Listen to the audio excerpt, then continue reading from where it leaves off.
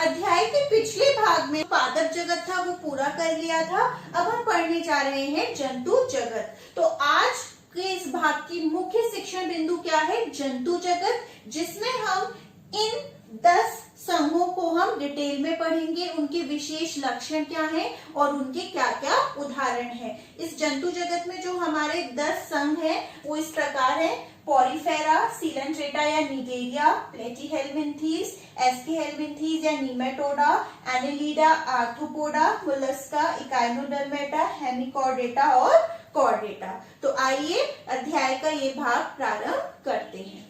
पिछले भाग में हमने 5 जगत वर्गीकरण पढ़ा था, जहां एक जगत था जगत एनिमेलिया, जिसे जंतु जगत भी कहते हैं। वहां हमने उसके विशेष लक्षण पढ़े थे कि इसके समस्त जीव कैसे होते हैं, यूकैरियोटिक होते हैं, बहुकोशिकीय होते हैं और कोशिका भित्ति क्या होती है, अनुपस्थित होती है, और जो उसकी पोषण की विधि होती है वो कैसी होती है, परपोषी। अब उसी को हम आगे बढ़ाते हैं। जंतु जगत में जितने जीवधारी हैं उनको कितने संघ में या फाइलम में बांटा गया है? 10। तो वही लिखा है, जंतु जगत के समस्त जीवों को 10 फाइलम या संघ में बांटा गया है। और उन संघों के नाम कुछ इस प्रकार के हैं। नाम थोड़े डिफिकल्ट हैं, जब आप 2-3 बार इसको पढ़ेंगे तो ये आपको अच्छे से लर्न हो जाएंगे। पहले हम देखते हैं इनके क्या क्या नाम है। सबसे पहला संघ है पोरीफेरा, दूसरा सीलेंट्रेटा या नीडेरिया, तीसरा प्लेटीहेल्मिन्थीज, चौथा एस्कीहेल्मिन्थीज या फिर इसको हम दूसरे नाम से भी कह सकते हैं नीमेटोडा, पांचवा संघ है हमारा एनेलिडा, नेक्स्ट उसके बाद आर्थ्रोपोडा, उसके बाद मोलस्का, फिर इकाइनोडर्मेटा, उसके बाद हेमिकॉर्डेटा और उसके बाद कॉर्डेटा।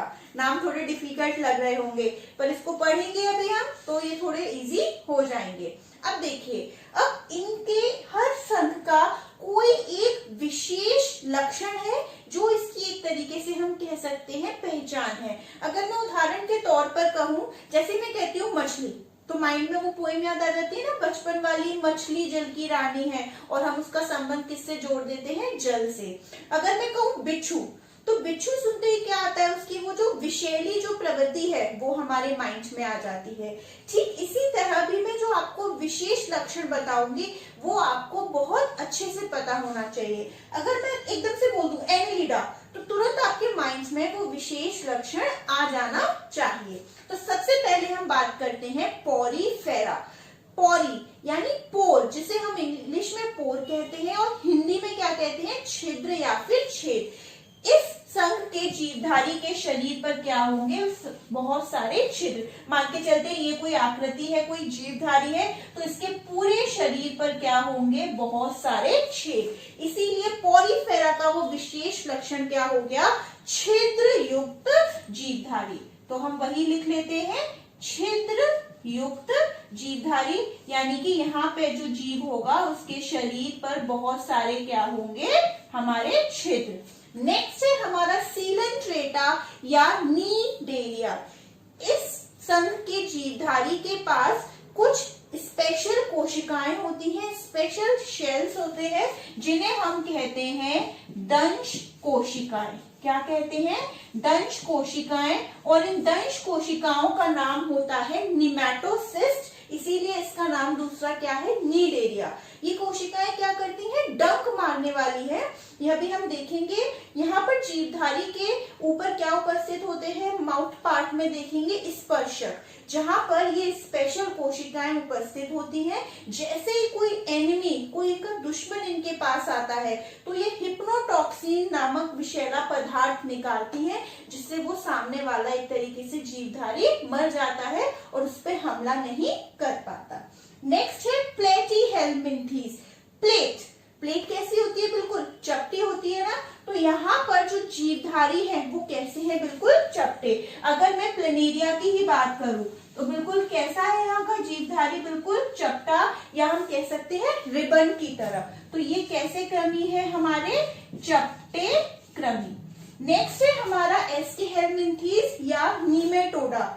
ये चपटे हैं और ये कैसे क्रमी है? हमारे गोल क्रमी, या हम कह सकते हैं बेलनाकार। बिल्कुल डोरी होती है ना इस तरीके से, ये एस के हेलमिंथीज बिल्कुल इसी तरीके से डोरी जैसे हमारे कृमि होते हैं। नेक्स्ट एनेलिडा, यहाँ पर जीवधारी का जो शरीर है वो कई खंडों में डिवाइड हुआ होता है। जैसे कि अगर मान के चले हम केचुआ ही संघ का उदाहरण है, तो अगर हमने ये ले लिया तो ये इसका शरीर किसमें विभाजित होता है, हमारा बहुत सारे खंडों में। तो इसे हम कह सकते हैं खंड युक्त जीवधारी। क्या है एनेलिडा में हमारा शरीर जीवधारी का खंडों में विभाजित। उसके बाद आर्थ्रोपोडा, यहाँ पर खंड तो उपस्थित होंगे पर खंडों में क्या विकसित हो जाएंगे, उपांग। जैसे अगर यही है तो यहाँ पे क्या आ जाएंगे, उपांग, यानी कि जॉइंटेड अपेंडेजेस। तो हम लिख सकते हैं खंड में उपांग विकसित। उसके बाद हमारा नेक्स्ट संघ है, नेक्स्ट फाइलम है मोलस्का। यहाँ पर जो जीवधारी होता है वो बहुत ज्यादा सॉफ्ट होता है, कोमल होता है, लेकिन वो जीवधारी एक कठोर शेल या हम कह सकते हैं कठोर खोल जो कैल्शियम कार्बोनेट का बना होता है, उसके अंदर ये क्या रहते हैं, सुरक्षित रहते हैं। इसलिए हम इनको कवचधारी जीव भी कह सकते हैं। तो हम लिख सकते हैं शरीर कठोर खोल में सुरक्षित। उसके बाद हमारा संघ जो आता है वो है हमारा संघ इकाइनोडर्मेटा। यहाँ पर जो जीवधारी है उसके शरीर पर क्या उपस्थित होते हैं, कांटे यानी कि स्पाइन्स। तो हम लिख लेते हैं शरीर पर कांटे उपस्थित, शरीर पर कांटे उपस्थित, शरीर पर कांटे उपस्थित। इसके बाद का जो संघ है वो है हेमिकॉर्डेटा और आखिरी है हमारा कॉर्डेटा। अभी आप देखेंगे कि हेमिकॉर्डेटा से ऊपर के जो ये 8 संघ है इन्हें हम कहते हैं नॉन कॉर्डेटा। एक्चुअली क्या होता है, कॉर्डेटा से हमारा जो नोटोकॉर्ड है, जो हमारे एक तरीके से हम कहें मेरुरज्जु, वो उपस्थित होना शुरू हो जाती है। हेमी यानी हाफ, यानी कि शरीर के आगे वाले भाग में प्रेजेंट होगी, और कॉर्डेटा से जो हमारी नोटोकॉर्ड होगी वो मिलना शुरू हो जाएगी। लेकिन इन सब में हमारी नोटोकॉर्ड नहीं है, इसलिए इन सारे संघों को हम एक नाम कह सकते हैं नॉन कॉर्डेटा।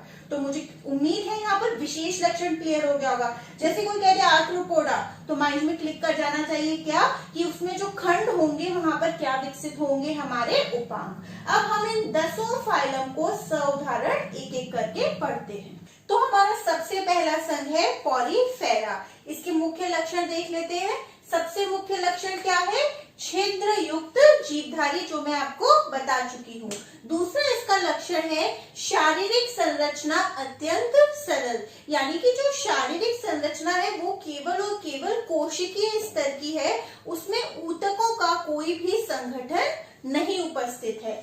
तीसरा अचल जीव, ये जो जीव होते हैं ये बिल्कुल पौधों की भांति कई बार शाखित भी होते हैं और एक ठोस आधार से चिपके होते हैं, पर वास्तव में वो पौधे नहीं होते, वो क्या होते हैं, हमारे जीव होते हैं, जंतु होते हैं, जो हमारे मुख्यतः कहाँ पाए जाते हैं, समुद्र या खारे जल में। चौथा इसका जो मुख्य लक्षण है, देह भित्ति 2 स्तरों की बनी होती है। जो इनका शरीर है उसकी देह भित्ति कितने, 2 लेयर्स यानी 2 परतों से बनी होती है, एक्टोडर्म और एंडोडर्म। जैसे कि इनके शरीर पे बहुत सारे छेद होते हैं, उन छोटे छोटे छेदों को कहा जाता है ऑस्टिया, और एक ऊपर एक बड़ा सा छिद्र होता है जिसे हम कहते हैं ऑस्कुलम। इन छिद्रों से होते हुए ही शरीर के अंदर जल प्रवेश करता है, और उसी से फिर क्या होता है हमारा, वो ऑक्सीजन और जो भोज्य पदार्थ होते हैं वो भी शरीर के अंदर जाती है। अगर मैं बात करूं तो यहाँ पर कोई भी मतलब कि पाचन तंत्र, श्वसन तंत्र या परिसंचरण तंत्र कुछ भी उपस्थित नहीं है। इसके उदाहरण है कुछ इस प्रकार, साइकोन, स्पॉन्जिला, यूप्लैक्टिला, जो आप देख सकते हैं। यूप्लैक्टिला को हम कहते हैं वीनस फ्लावर बास्केट के नाम से भी जानते हैं। एक और उदाहरण देख लें इसका, तो ल्यूकोसुलेनियम। दूसरे संघ सीलेंट्रेटा के मुख्य लक्षण कुछ इस प्रकार है। सबसे पहला, शारीरिक संगठन ऊतकीय स्तर का, अभी वहां पर क्या था, पॉलीफेरा में जो ऊतक थे उनका संगठन नहीं हुआ था, सिंपल वो कैसा था, कोशिकीय। पर यहाँ क्या है, वो ऊतक के रूप में वो क्या हो गए हैं, कोशिका जो है संगठित हो गई है। दूसरा, शरीर और ये सममित, बहुत बहुत इंपॉर्टेंट, सममित यानी कि सिमेट्री। इनके जीवधारी को अगर मैं किसी भी प्लेन से काट लूं तो वो मुझे उसके जो दो हाफ होंगे वो बिल्कुल इक्वल होंगे। जैसे मान के चलिए अगर ऐसा कोई जीव है तो मैं इसको ऐसे काट लूं, इस तरीके से कुछ है तो देखिए तो भी ये मुझे दो इक्वल भाग में मिल जाएंगे। अगर मैं ऐसे काट लूं तो भी मुझे ये दो इक्वल भाग में मिल जाएंगे। एक प्लेन जो सेंटर से पास हो रहा है उसको ध्यान में रखकर अगर मैं काटूं तो दो इक्वल पार्ट मिलेंगे। तीसरा जो इसका मुख्य लक्षण था, मुख के चारों ओर स्पर्शक जिन पर डंक मारने वाली दंश कोशिकाएं उपस्थित, और उन दंश कोशिकाओं का नाम क्या था, निमैटोसिस्ट। नेक्स्ट पॉइंट है, शरीर कोशिकाओं की दो परतों का बना, यानी यहाँ पर भी एक्टोडर्म है और क्या है आपकी एंडोडर्म, और यहाँ पर एक हमारी देह गुहा भी पाई जाती है। अगर इसके उदाहरण की बात करें तो हाइड्रा, जेलीफिश, समुद्री एनीमोन जिसे हम सी एनीमोन भी कहते हैं, और कोरल। इस संघ के कुछ जीवधारी ग्रुप में यानी कि समूह में रहते हैं, जैसे कि उदाहरण अगर देख लें तो हम कोरल है, और कुछ एकांकी रूप से भी, उदाहरण हाइड्रा। आप चित्र देख सकते हैं हाइड्रा और किसका दिया हुआ है आपको, सी एनीमोन का। तीसरा हमारा संघ है प्लेटीहेलमिन्थेस। जैसा कि हम पढ़ चुके हैं कि इसका मुख्य लक्षण क्या है, चपटे कृमि। ये क्या है हमारे चपटे, रिबन जैसे कह सकते हैं या बिल्कुल पत्ती के आकृति के, तो वही लिखा है शरीर चपटा। दूसरा बहुत महत्वपूर्ण लक्षण है द्विपार्श्व सममित, यानी इनका जो शरीर है वो कैसा है, द्विपार्श्व सममित, यानी कि शरीर का दायां और बाएं भाग की संरचना बिल्कुल समान है। जैसे आप इंसान को देखिए, किसी भी मनुष्य को अगर उन्हें बिल्कुल बीच से काट दिया जाए तो उनके दाएं और बाएं जो भाग है उनकी संरचना बिल्कुल समान निकलेगी। एक आंख इस तरफ, एक आंख इस तरफ, हाथ इस तरफ भी और इस तरफ भी, कान इस तरफ और इस तरफ। तो ऐसे सममित को हम क्या कहते हैं, द्विपार्श्व सममित। और साथ ही क्या है, हो गया है अब त्रिकोरक। अभी तक पिछले दो संघ में जो शरीर था वो कैसा था, द्विस्तरीय यानी दो स्तर का बना हुआ। अब कैसा है, त्रिस्तरीय या त्रिकोरक, एक्टोडर्म, मेसोडर्म और एंडोडर्म। तीसरा है वास्तविक देह गुहा का अभाव। अभी भी जो वास्तविक देह गुहा है जिसे हम इंग्लिश में सीलोम कहते हैं वो क्या है, अनुपस्थित। यहाँ पर क्या होता है, मतलब देह गुहा में जो सुव्यवस्थित या फिर सुविकसित अंग होते हैं वो व्यवस्थित हो जाते हैं। और चौथा पॉइंट है हमारा मुख्यतः परजीवी। इसके ज्यादातर सदस्य इस संघ के कैसे होते हैं, परजीवी। परजीवी है तो अभी भी पाचन तंत्र पूर्ण नहीं है, वहां भी नहीं था, यहाँ भी नहीं है, और ना ही कोई विशेष श्वसन तंत्र या परिसंचरण तंत्र है। अगर हम उदाहरण की बात करें तो प्लेनेरिया, ये हमारा क्या है, मतलब ये हमारा एकल रह सकता है, बिल्कुल एक स्वच्छंद रह सकता है। नेक्स्ट हो गया लीवर फ्लूक, फीता कृमि, टेपवर्म और सिस्टोमा। आप देख भी सकते हैं प्लेनेरिया, लीवर फ्लूक और टेपवर्म बिल्कुल कैसे हैं, ये सभी बिल्कुल चपटे हैं, फीता कृमि। चौथा हमारा संघ है निमेटोडा, जिसे हम एस्केलमिन्थेस भी कहते हैं, और ये क्या थे हमारे, गोल कृमि। यानी कि अगर मुख्य लक्षण देखें तो शरीर लंबा, बिल्कुल बेलनाकार है, आप देख सकते हैं, डोरी के समान और दोनों सिरों पर नुकीला। स्पष्ट रूप से ये आपको चित्र में दिख रहा होगा। दूसरी बात करें तो यहाँ भी शरीर कैसा है, त्रिकोरक यानी तीन स्तर का बना हुआ है, और द्विपार्श्व सममित है यहाँ पर भी। और देह गुहा को हम यहाँ क्या कहते हैं, कूट सीलोम, यानी कि जैसे इंग्लिश में हम कहते हैं सीडोसीलोम, मतलब फॉल्स, बिल्कुल हमें मतलब एक तरीके से धोखा देने वाली। यहाँ कोई वास्तविक देह गुहा नहीं है, जो एक क्या होता है, खोखला एक रिक्त स्थान होता है जहां पर हमारे सुविकसित अंग क्या हो सके, व्यवस्थित हो सके। वो इसलिए ऐसा कुछ नहीं है, तो इसको हम क्या कह रहे हैं, कूच सीलोम। नेक्स्ट इसका है पॉइंट कि ये भी मुख्यतः क्या होते हैं, अधिकांश हमारे परजीवी है, तो ये क्या करेंगे, दूसरे जंतुओं में रोग उत्पन्न करेंगे। और मोस्ट इंपॉर्टेंट यहाँ पर हमारा पाचन तंत्र कैसा हो गया है, चौथे संघ तक आते आते पूर्ण हो गया है। उदाहरण की बात करें तो एस्केरिस आप देख सकते हैं, गोलकृमि, फाइलेरिया, बुइचीरिया, आप चित्र में दोनों का डायग्राम दिया हुआ है। नेक्स्ट फाइलम एनिलिडा का विशेष लक्षण क्या था, शरीर जो था हमारा खंडों में बटा हुआ था। तो सबसे पहले वही लिखा हुआ है, शरीर छल्लेदार खंडों में बटा। और आप चित्र भी देख सकते हैं, चाहे आप निरीस का देख लीजिए चाहे केंचुआ का देख लीजिए, शरीर में क्या है, छोटे छोटे छल्ले बने हुए हैं जिनसे वो खंडों में विभाजित हो रहा है। नेक्स्ट यहाँ भी शरीर कैसा है आपका, त्रिकोरक, और क्या है यहाँ भी द्विपार्श्व सम्मति, जिसे हम इंग्लिश में कहते हैं बाइलेटरल सिमेट्री। और त्रिकोरक को हम कहते हैं ट्रिप्लोब्लास्टिक, ट्री यानी कि तीन स्तर से बनी हुई। नेक्स्ट वेरी वेरी इंपॉर्टेंट, वास्तविक देह गुहा वाले प्रथम प्राणी। अब तक शुरुआत के जो तीनों थे उनमें क्या था, कोई भी गुहा नहीं थी, मतलब वास्तविक थी ही नहीं। इससे पहला जो था हमारा निमेटोडा, वहां पे कूट सीलोम थी, और यहाँ पर अब यहाँ से वास्तविक देह गुहा मिलना प्रारंभ हो गई है। नेक्स्ट बहुत इंपॉर्टेंट, संवहन यानी कि परिसंचरण तंत्र, पाचन, उत्सर्जन और तंत्रिका तंत्र सभी यहाँ उपस्थित हैं। अगर हम उदाहरण देखें तो केंचुआ हो गया आपका, निरीज हो गया और आपका जोंक हो गया। छठवां संघ है हमारा आर्थ्रोपोडा, जिसका मुख्य लक्षण आपके माइंड में आ गया होगा, क्या था, जॉइंटेड अपेंडेजेस।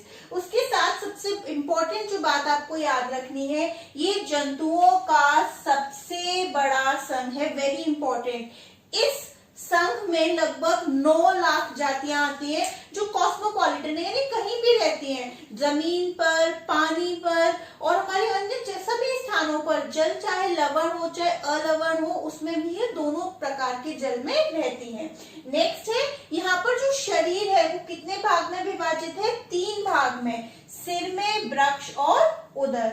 नेक्स्ट यहाँ पर क्या है, आपके जुड़े हुए पैर उपस्थित। उसके बाद देह गुहा रक्त से भरी हुई, देह गुहा रक्त से भरी है तो इसको हम क्या कहते हैं, हीमोसील। और नेक्स्ट पॉइंट है, शरीर खंडयुक्त व विभिन्न खंडों में उपांग विकसित, जो हम पढ़ चुके हैं। उदाहरण की बात करें तो मकड़ी, तितली, बिच्छू, झींगा, मक्खी और तिलचट्टा, आप सभी ये देख सकते हैं।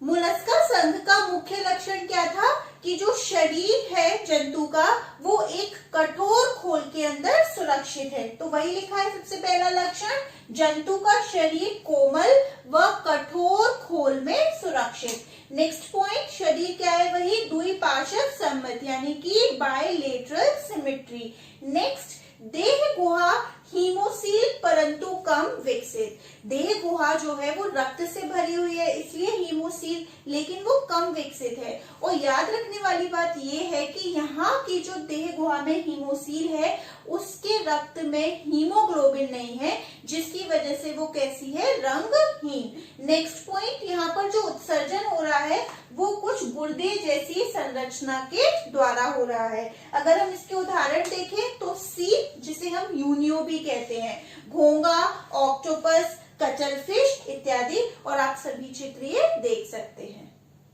8वें संघ इकाइनोडर्मेटा का मुख्य लक्षण क्या था, शरीर पर क्या थे उसके कांटे।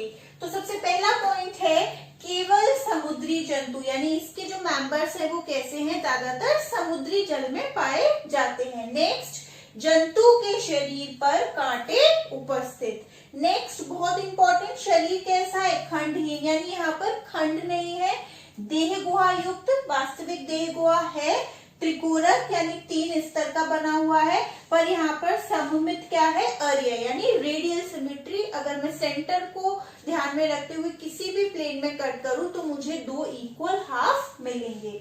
नेक्स्ट पॉइंट वेरी इंपॉर्टेंट, यहाँ क्या पाया जाता है, विशिष्ट जल संवहन तंत्र जो उनके चलने में भी सहायता करता है। कुछ उदाहरण अगर हम इसके देखें तो स्टार फिश हो गया, समुद्री खीरा हो गया, आपका पंख तारा हो गया, समुद्री अर्चिन इत्यादि। संघ हेमिकॉर्डेटा और कॉर्डेटा पढ़ने से पहले हम देख लेते हैं कि कॉर्डेटा जीवों के मुख्य लक्षण क्या होते हैं। सबसे पहला मुख्य लक्षण है नोटोकॉर्ड की उपस्थिति। नोटोकॉर्ड को हम मेरुरज्जु या पृष्ठ रज्जु भी कहते हैं। अभी तक जो हमने 8 संघ पढ़े वहां नोटोकॉर्ड ये उपस्थित नहीं थी, ना ही हमने उसकी बात की। ये नोटोकॉर्ड एक लंबी क्षणनुमा संरचना होती है जो हमारे जंतुओं के मतलब पृष्ठ भाग पर पाई जाती है। ये तंत्रिका ऊतक को भी आहार नाल से अलग करती है और साथ ही पेशियों के जुड़ने के लिए भी स्थान प्रदान करती है जो चलने में सहायता करते हैं। ये जो नोटोकॉर्ड है इन जंतुओं में किसी भी मतलब अवस्था में, चाहे वो वयस्क अवस्था हो या फिर भ्रूण अवस्था, कभी ना कभी जरूर पाई जाती है। और अधिकांश कॉर्डेटा में तो ये नोटोकॉर्ड रीढ़ की हड्डी में रूपांतरित हो जाती है। नेक्स्ट इंपॉर्टेंट पॉइंट है केंद्रीय तंत्रिका तंत्र। इनमें क्या पाया जाता है, केंद्रीय तंत्रिका तंत्र, जिसका अग्रभाग क्या बनाता है, मस्तिष्क, और शेष भाग रीढ़ की हड्डी बनाता है। नेक्स्ट, लाल रुधिर कणिकाओं की उपस्थिति या लाल रुधिर कणिकाओं की उपस्थिति, जिसमें क्या होता है, हीमोग्लोबिन, जिस कारण उसका रंग कैसा होता है, लाल। और चौथा हमारा पॉइंट है क्लोम दरारें जो श्वसन में सहायता करती हैं। अब हम बात कर लेते हैं हमारे नेक्स्ट संघ जो क्या है, हेमिकॉर्डेटा। हेमी यानी अर्ध। अगर हम इस संघ के जंतुओं की बात करें तो जो नोटोकॉर्ड है इनके अग्र भाग में ही पाई जाती है, इसीलिए इनको हम क्या कहते हैं, हेमिकॉर्डेटा। इस संघ के जंतुओं में मेरुरज्जु या फिर नोटोकॉर्ड शरीर के अग्र भाग में पाई जाती है। उदाहरण की बात करें तो आप देख भी सकते हैं चित्र, और बेलेनोग्लोसस। अगर आप देखेंगे तो बाकी के पॉइंट वही सेम है, त्रिकोणक त्रिस्तरीय होगा और द्विपार्श्व सममित होगा। हमारा लास्ट संघ है कॉर्डेटा, जो हमारा 3 उपसंघों में विभाजित है, यूरोकॉर्डेटा, सेफेलोकॉर्डेटा और क्रेनिएटा, जिसे हम वर्टिब्रेटा के नाम से भी जानते हैं। इससे पहले जो हमने हेमिकॉर्डेटा पढ़ा था वो, और यूरोकॉर्डेटा और सेफेलोकॉर्डेटा, ये तीनों मिलकर हमारे कहलाते हैं प्रोटोकॉर्डेटा, क्योंकि ये तीनों ही निम्न श्रेणी के कॉर्डेटा हैं जिनमें नोटोकॉर्ड वयस्क अवस्था तक पाई जाती है। और यहाँ पर हमारा क्रेनियम, जिसमें मस्तिष्क सुरक्षित रहता है, वो भी नहीं पाया जाता। इनको हम एक्रेनिएटा भी कहते हैं। सबसे पहले हम बात करते हैं यूरोकॉर्डेटा। यूरो यानी पूंछ, टेल। तो यहाँ पर जो नोटोकॉर्ड है वो लार्वा की पूंछ तक सीमित रहती है। उदाहरण क्या है इसका, हर्टमानिया। दूसरा सेफेलोकॉर्डेटा, यहाँ पर जो नोटोकॉर्ड है शरीर के एक सिरे से दूसरे सिरे तक फैली रहती है। आप उदाहरण देख सकते हैं, एम्फीऑक्सस। और लास्ट हमारा जो क्रेनिएटा है, इसमें जो हमारी नोटोकॉर्ड है वो किससे बदल जाती है, तंत्रिका रज्जु यानी कि नर्व कॉर्ड से। तंत्रिका रज्जु आजीवन बनी रहती है। और दूसरा पॉइंट है क्रेनियम पूर्ण विकसित, जिससे मस्तिष्क सुरक्षित रहता है। अब ये हमारा कितने खंडों में विभाजित है, 2 खंडों में। तो आइए वो देखते हैं। वर्टिब्रेटा के 2 खंड हैं, एग्नेथा और नेथोस्टोमेटा। एग्नेथा, इसके जो जंतु हैं वो बिल्कुल बेलनाकार मछली जैसे होते हैं लेकिन उपांग रहित। तो वही लिखा है, शरीर बेलनाकार मछली के समान परंतु कैसे, उपांग रहित। और इनका मुख कैसा होता है, वृत्ताकार, इसीलिए इनको कहा जाता है सर्कुलर माउथ फिश। और त्वचा पर शल्क भी क्या होते हैं, अनुपस्थित उपस्थित, और वास्तविक जबड़े भी क्या है, अनुपस्थित। इस वर्ग के जंतुओं को एक साइक्लोस्टोमेटा वर्ग में रखा गया है। उदाहरण की बात करें तो पैट्रोमाइजोन और मिक्सीन। दूसरा हमारा खंड है नेथोस्टोमेटा। यहाँ पर जबड़े क्या है, पूर्ण विकसित है और उपांग भी है जो पंखों व पादों के रूप में उपस्थित है। और इस खंड को भी हमने कितने अधिवर्गों में बांटा है, 2, मत्स्य और चतुष्पाद। तो सबसे पहले हम बात करते हैं किस वर्ग की, अपने मत्स्य वर्ग की। मत्स्य के अगर सामान्य लक्षण की बात करें तो सबसे पहला जलीय जंतु, समुद्र के जल में भी या फिर अलवणीय जल में भी ये पाए जाते हैं।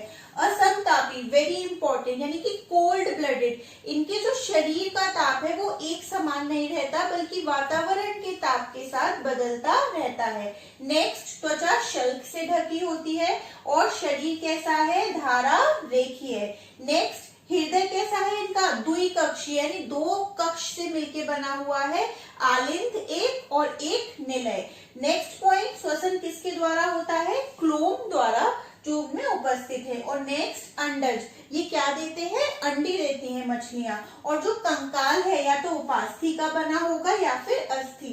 अगर उपास्थि का बना है तो उसका उदाहरण ले सकते हैं शार्क, और हम देख सकते हैं स्कॉलियोडॉन और टॉर्पीडो। और अगर अस्थि का बना है तो उसका उदाहरण हो गया हमारा रोहू, हो गया हमारा हिप्पोकैम्पस, हो गया हमारा जो चतुष्पाद है। ये भी हमारे 4 वर्गों में विभाजित है। चतुष्पाद मतलब यहाँ पर 4 पाद पाए जाएंगे। जिन वर्गों में ये विभाजित है, सबसे पहला वर्ग है जल स्थलचर, जिसे हम उभयचर भी कहते हैं। दूसरा सरीसृप, तीसरा पक्षी और चौथा स्तनधारी। तो एक एक करके इनके लक्षण व उदाहरण देखते हैं। सबसे पहला हमारा वर्ग है जल स्थलचर। ये जो इस वर्ग के जंतु हैं जल तथा स्थल दोनों पर रह सकते हैं। नेक्स्ट, ये भी कैसे हैं, मत्स्य की तरह असमतापी। इनकी त्वचा कैसी होती है, नम, लचीली व पतली। और हृदय कैसा है, यहाँ त्रिकक्षीय, 2 आलिंद है, 1 निलय है। और ये भी कैसे हैं, अंडज, पर इनके जो अंडे हैं वो कवच रहित हैं। और नेक्स्ट, श्वसन या फेफड़ों द्वारा, क्लोम व त्वचा द्वारा हो सकता है। उदाहरण की बात करें तो मैडक, टोड और सैलामेंडर। सरीसृप मुख्यतः कैसे होते हैं, स्थलीय व रेंग कर चलने वाले जीव। ये भी कैसे होते हैं, असमतापी, पर इनकी त्वचा कैसी होती है, सूखी व खुरदुरी। ये भी कैसे हैं, अंडज, अंडे देते हैं लेकिन ये स्थल पर देते हैं और इनका जो अंडा होता है वो कवच युक्त होते हैं। ये श्वसन कैसे करते हैं, फेफड़ों द्वारा। और इनका हृदय कैसा होता है, त्रिकक्षीय, लेकिन मगरमच्छ का हृदय कैसा होता है, 4 कक्षीय, 2 आलिंद और 2 निलय। उदाहरण की बात करें तो सांप, छिपकली, कछुआ, मगरमच्छ इत्यादि। पक्षी वर्ग के जीव कैसे होते हैं, वायवीय, यानी कि हवा में उड़ते हैं। और ये कैसे होते हैं, समतापी, वेरी इंपॉर्टेंट। इनके शरीर का ताप निश्चित रहता है और इनके शरीर का ताप वातावरण के ताप के साथ नहीं बदलता। नेक्स्ट पॉइंट, हृदय कैसा है, 4 कक्षीय, 2 ऑलिकल यानी कि 2 आलिंद और 2 निलय। शरीर किससे ढका हुआ है, परों से ढका हुआ है। ये भी क्या है, अंडज, अंडे देते हैं। और श्वसन किसके द्वारा होता है, यहाँ भी फेफड़ों द्वारा। और इनके अग्रपाद किसमें रूपांतरित हो जाते हैं, पंख में। और जबड़े चोंच के रूप में है लेकिन चोंच में दांत नहीं। उदाहरण की बात करें तो कबूतर, ऑस्ट्रिच, गौरैया, कौआ, तोता, चील इत्यादि। आखिरी वर्ग स्तनधारी के लक्षण इस प्रकार है, जिसे हम स्तनपायी भी कहते हैं। सबसे पहला ये कैसे प्राणी है, समतापी। शरीर किससे ढका हुआ है, बालों से। और श्वसन किसके द्वारा है, फेफड़ों से। हृदय में कितने कक्ष हैं, 4 कक्ष। और जबड़े कैसे हैं, यहाँ पर दांत युक्त, दांत है जो विषमदंती हैं। और अग्रपाद प्रचलन या वस्तुओं को पकड़ने के लिए क्या है, उपयोजित। और नेक्स्ट बहुत इंपॉर्टेंट, ये कैसे हैं, जरायुज, यानी कि ये शिशुओं को जन्म देने वाले हैं। लेकिन कुछ स्तनधारी अंडे भी देते हैं, वो मैंने इंपॉर्टेंट नोट करके लिखा हुआ है। अंडे देने वाले स्तनधारी कौन कौन से हैं, प्लेटिपस और इकेडना। प्लेटिपस को हम बतख चोचा भी कहते हैं। और नेक्स्ट, नवजात के पोषण के लिए यहाँ क्या उपस्थित होती हैं? दुग्ध ग्रंथियां। और उदाहरण अगर हम देख लें, बिल्ली हो गया, व्हेल हो गया, मनुष्य हो गया, चूहा, चमगादड़ इत्यादि। तो यहाँ पर हमारा ये पूरा अध्याय समाप्त हो गया है। अब एंड में हम इस भाग से रिलेटेड अपना होमवर्क देख लेते हैं। गृह कार्य में आप सभी को निम्न प्रश्नों के उत्तर हल करने हैं। सबसे पहला प्रश्न, पॉलीफेरा और सीलेंट्रेटा वर्ग के जंतुओं में क्या अंतर है? दूसरा, पक्षी वर्ग के प्राणियों के 4 लक्षण लिखिए। तीसरा, अंडे देने वाले 2 स्तनधारियों के नाम बताइए। और लास्ट क्वेश्चन है, फाइलम कॉर्डेटा के 3 विशेष लक्षण बताइए। मुझे उम्मीद है आप सभी को ये पाठ समझ आया होगा। धन्यवाद।